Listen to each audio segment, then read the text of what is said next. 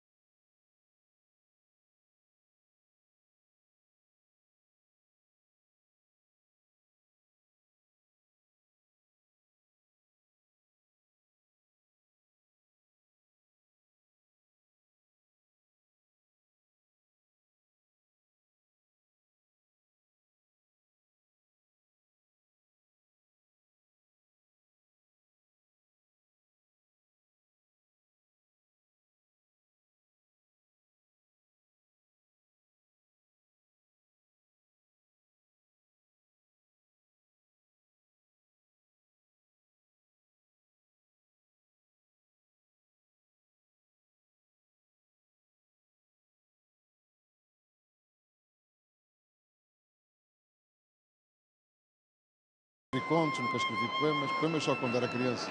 Portanto, estou a tentar fazer um romance, mas não sei se vou ser capaz de fazer. Isso nunca sei. Então, acabámos de ver quem é o António Lobo Antunes. É dos nossos maiores escritores vivos na nossa atualidade literária. Este foi um vídeo que passámos, que era da RTP Ensina. Então, porquê é que fomos buscar o António Lobo Antunes? Fomos buscar o António Lobo Antunes porque a crónica que vamos visualizar hoje é uma crónica deste mesmo autor. Essa crónica chama-se A Consequência dos Semáforos. E se olharem para ali e verificarem que o nosso título, o nosso tema nesta aula continua a ser os infortúnios das viagens, vamos canalizar a aula para essa viagem e para as vezes que temos que parar e arrancar ao longo de um percurso em que nos cruzamos com muitos semáforos. É mais um infortúnio, neste caso, um infortúnio de quem vive numa grande cidade. Então vamos ouvir a audição da Consequência dos Semáforos, a tal crónica do António Lobo Antunes que selecionámos para a nossa aula de hoje. Em primeiro lugar, porque estão sempre vermelhos quando tenho pressa e verdes quando não tenho nenhuma. Sem falar do amarelo que provoca em mim uma indecisão horrível.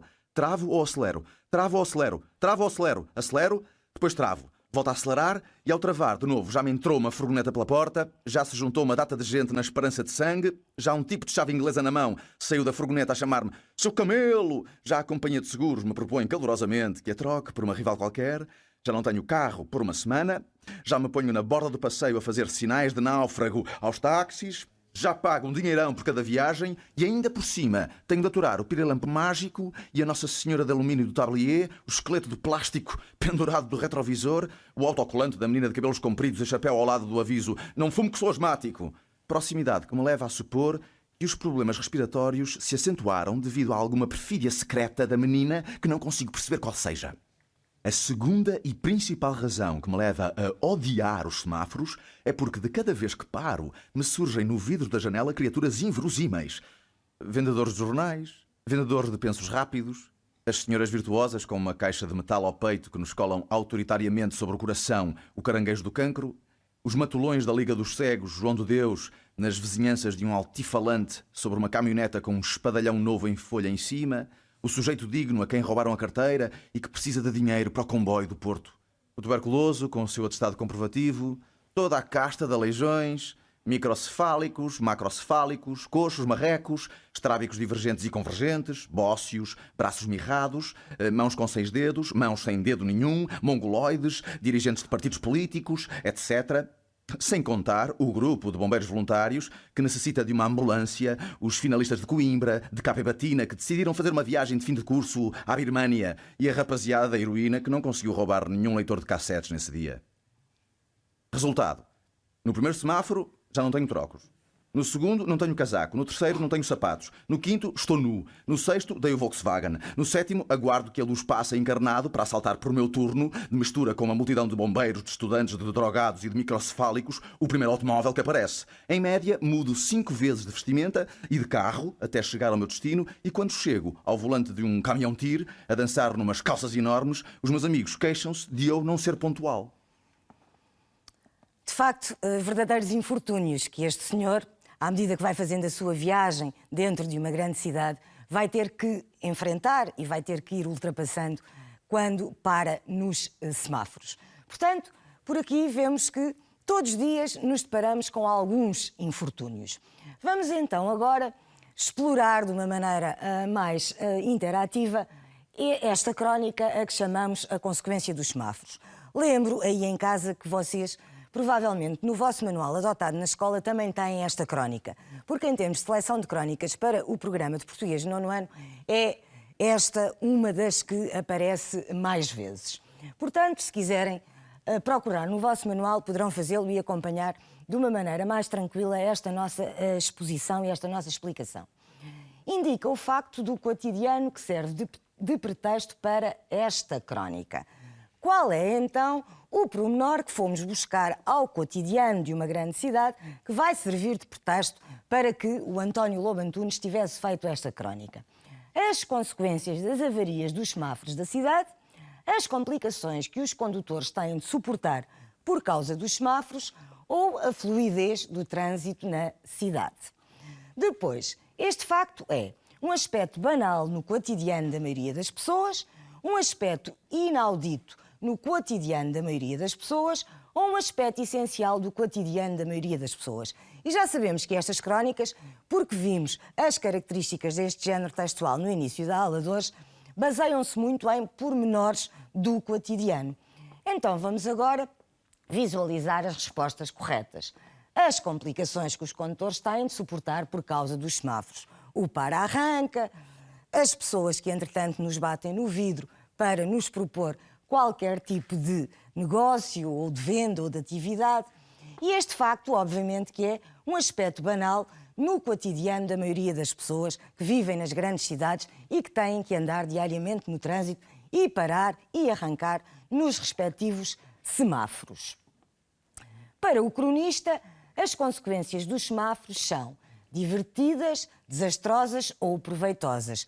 Lembrem-se, continuamos com os infortúnios nas viagens. A pretexto desta crónica, o seu autor aproveita para analisar as angústias de uma sociedade mecanizada, apresentar os problemas das cidades superpovoadas ou criticar os defeitos e vícios da sociedade contemporânea. Vamos lá recordar o que ouvimos e vamos ver as respostas. Então, para o cronista, as consequências dos semáforos são desastrosas, até porque já percebemos, ironicamente, e levando a situação ao extremo, que ele, de facto, acha um desastre ter que enfrentar diariamente estes semáforos. E depois, a pretexto desta crónica, o autor aproveita para criticar os defeitos e vícios da sociedade contemporânea. E isso também é visível pelas várias interpelações de que vai sendo alvo à medida que vai parando nos vários semáforos que o conduzem até ao seu destino final. Vamos assinalar as características da crónica presentes no texto A Consequência dos Semáforos. Relembro características essas que vos demos no início da aula de hoje para recordarmos mais uma vez quais são as características deste género textual. Então, aborda um tema do dia-a-dia, de uma forma pessoal, um tema do cotidiano. A narração é feita na terceira pessoa. Vimos há pouco que o narrador pode ser participante ou não participante. Tem por objetivo fazer refletir criticamente sobre os vícios e problemas da sociedade. Apresenta a visão subjetiva do cronista. A linguagem é muito complexa e pouco clara. A pontuação é bastante livre, reproduzindo as características da oralidade. Os acontecimentos são narrados de forma objetiva, têm um caráter informativo, as personagens, os espaços e o tempo são limitados. Então, de acordo com as características das crónicas, vamos lá ver quais são as hipóteses corretas. A primeira, obviamente, já todos percebemos que este tipo de texto aborda um tema do dia-a-dia. E os cronistas baseiam-se muitas vezes nesses pormenores do dia-a-dia para depois fazerem estas suas crónicas. Também já sabemos que tem por objetivo fazer refletir criticamente sobre os problemas da sociedade atual. E é isso que o António Lobo Antunes faz nesta crónica A Consequência dos Semáforos. Apresenta a visão subjetiva do cronista. Subjetiva, sim, porque é baseada na sua própria visão. A pontuação é livre, reproduzindo as características da oralidade. E nesta crónica isso também acontece. Depois, as personagens, os espaços e o tempo são limitados, porque já perceberam também que as crónicas são textos não de grande dimensão, mas de curta dimensão e que muitas vezes aparecem publicados nos jornais, nas revistas e de alguma forma na imprensa. Vamos caracterizar agora o narrador da crónica de António Lobo Antunes, classificando as afirmações em verdadeiras ou falsas. Vamos então pensar também em conjunto, nós aqui e vocês aí em casa.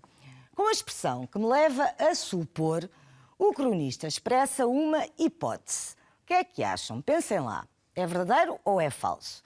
Trata-se de um narrador participante. Vamos tentar lembrar algumas das frases presentes nesta crónica. E uma delas é paro, arranco. Então vamos pensar se o narrador é participante ou não participante. O cronista recorre à ironia e ao humor. Também vos explica já que, obviamente, esta crónica é levada ao extremo e é assim que ele brinca com esta situação, de forma irónica.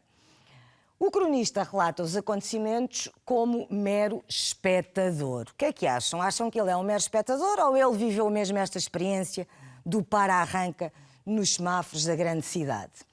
O cronista faz uma apresentação objetiva dos factos com o intuito de informar. As formas verbais travo e acelero mostram que o cronista escreve na primeira pessoa.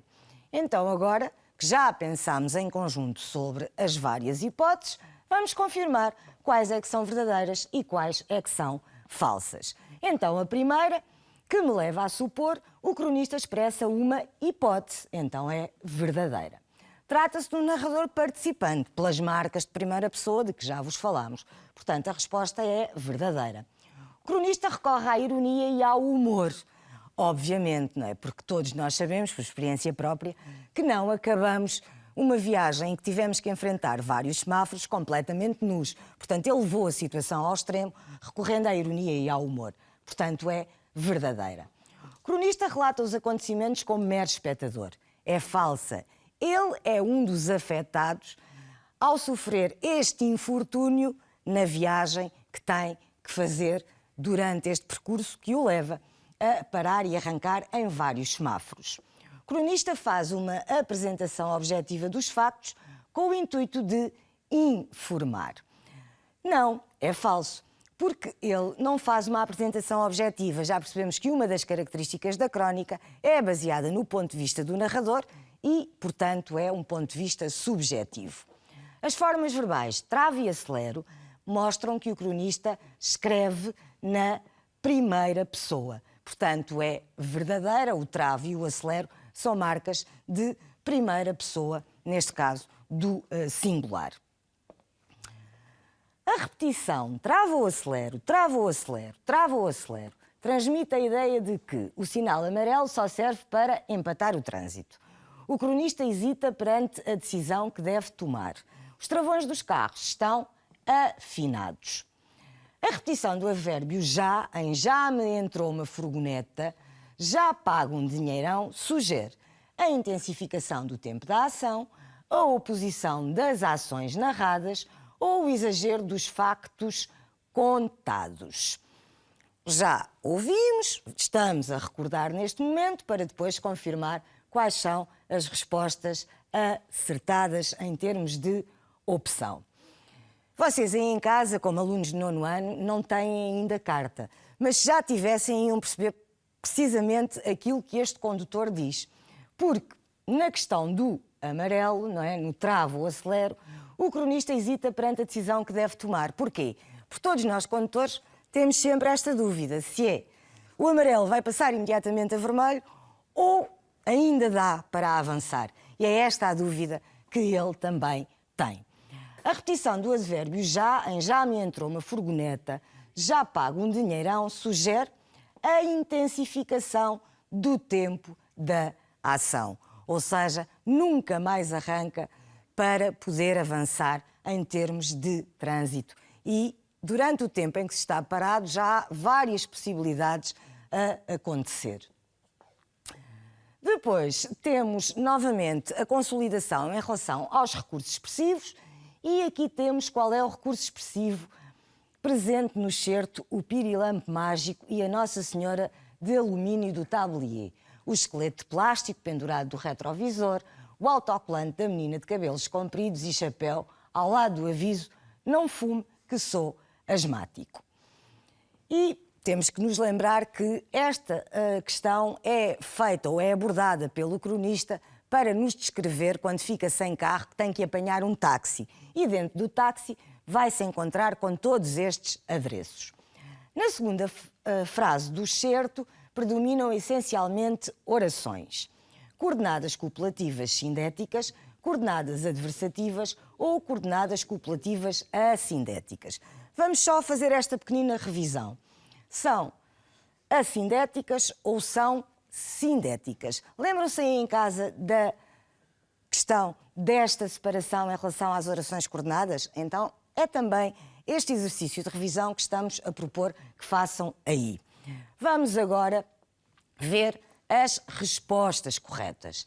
Temos, obviamente, uma enumeração, não é? Porque ele está a enumerar todos os adereços que às vezes encontramos nos táxis que apanhamos nas grandes cidades.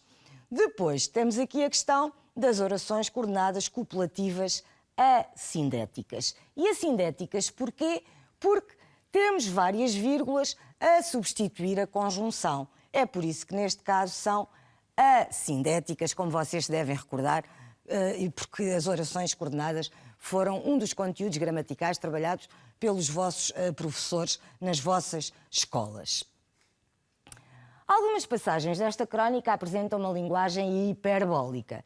Isto quer dizer que o cronista suaviza a realidade, enumera a realidade, exagera a realidade ou minimiza a realidade. A hipérbole é também um dos recursos expressivos que nos tem acompanhado aqui ao longo destas aulas, portanto, todos nós já sabemos que a resposta correta é exagera a realidade, porque uma hipérbole é isso mesmo, ou seja, é um exagero da realidade. Depois, vamos identificar aqui as palavras que têm esse caráter hiperbólico na seguinte passagem do texto. E a passagem que temos para vos apresentar é esta, mas passamos já à visualização com a indicação das próprias palavras, que neste caso são hiperbólicas. Hiperbólicas porquê? Porque nos apontam para esse tal exagero. Já não tenho carro por uma semana. Já me ponho na borda do passeio a fazer sinais de náufrago aos táxis. Já pago um dinheirão, lá está o exagero, por cada viagem e ainda por cima tenho de aturar o pirilampo mágico. Os matulões da Liga dos Cegos, matulões lá está, com este valor hiperbólico, da Liga dos Cegos João de Deus, nas vizinhanças de um altifalante sobre uma caminhoneta com um espadalhão novo em folha em cima e toda a casta de aleijões.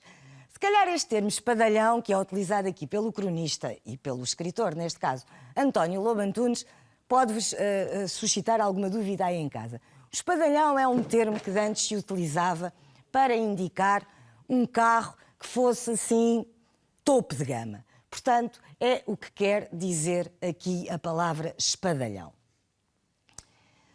O cronista recorre frequentemente à ironia ao longo do texto, assinalando as expressões que vão transmitir, assinala aí em casa, as expressões que vão transmitir esta ironia. E aqui vamos dar uma pequena explicação. Todos nós, diariamente, uns mais do que outros, tem a ver às vezes com uma questão de personalidade, fazemos ironias ou brincadeiras ou utilizamos o humor uns com os outros. Então, o que é uma ironia? Uma ironia é precisamente isso. É quando fazemos uma afirmação com esse valor humorístico, querendo às vezes, inclusivamente, dizer precisamente o contrário da afirmação que estamos a fazer. É esta a visão irónica que têm a maior parte dos cronistas neste país. Então, o que é que vamos aqui assinalar nas expressões, ou vamos escolher como expressões que transmitem a ironia? Ele diz, odeio os semáforos. Depois diz, trava ou acelero, trava ou acelero. Um tipo de chave inglesa na mão saiu da furgoneta a chamar-me seu camelo. Também é uma expressão muito simpática. Mas é de facto o que acontece às vezes com o stress das pessoas no trânsito diário das grandes cidades. Já a companhia de seguros me propõe calorosamente que a troque por uma rival qualquer, porque as companhias de seguros não querem depois assumir o prejuízo. O sujeito digno a quem roubaram a carteira e que precisa de dinheiro para o comboio do Porto. E o tuberculoso com o seu atestado comprovativo. Portanto, todas estas expressões nos remetem um bocadinho para essa tal ironia. Mas vamos agora assinalar todas aquelas que são verdadeiramente marcos de ironia. Temos a companhia de seguros, que me propõe calorosamente que a troque por uma rival qualquer, porque assim deixa de ser a sua companhia a pagar o prejuízo e passará a ser outra. Portanto, está a ser, obviamente, irónico. O sujeito digno a quem roubaram a carteira e que precisa de dinheiro para o comboio do Porto. Voltamos a ter a ironia, porque depois nesta questão de termos de parar nos semáforos, qualquer um nos pode bater à janela e pedir dinheiro, e é esta a brincadeira que está a ser feita aqui, e o tuberculoso com o seu atestado comprovativo. Também, se calhar, já todos tiveram esta experiência, às vezes, de sermos abordados por pessoas menos favorecidas socialmente, que acabam por ter um papelinho com a indicação do motivo porque é que têm de andar a mendigar e a pedir. E é esta a brincadeira que faz aqui o António Lobo Antunes. Depois temos um excerto e o cronista vê-se numa situação em que todos se aproveitam para lhe despertar a compaixão alheia. Faz a correspondência correta entre estes vários elementos. Então temos uma companhia de seguros, temos instituições de solidariedade social, temos vendedores ambulantes, temos estudantes finalistas, temos transeuntes, condutores, toxicodependentes e temos taxistas. E todas estas pessoas foram enumeradas nesta crónica do António Lobo Antunes. Do outro lado, temos que fazer a associação entre estas pessoas e aquilo que lhe foram pedindo. Pedido de donativos e de esmolas, mau gosto e preço exagerado dos serviços, falta de civismo, venda de produtos desinteressantes, tentativa de fuga às obrigações contratuais e uma curiosidade mórbida. Chamamos a atenção para o termo mórbido. E mórbido tem a ver com morte, o que também não é muito simpático, mas já sabem que temos que interpretar sempre a crónica à luz da tal ironia. Então, vamos fazer as ligações rapidamente.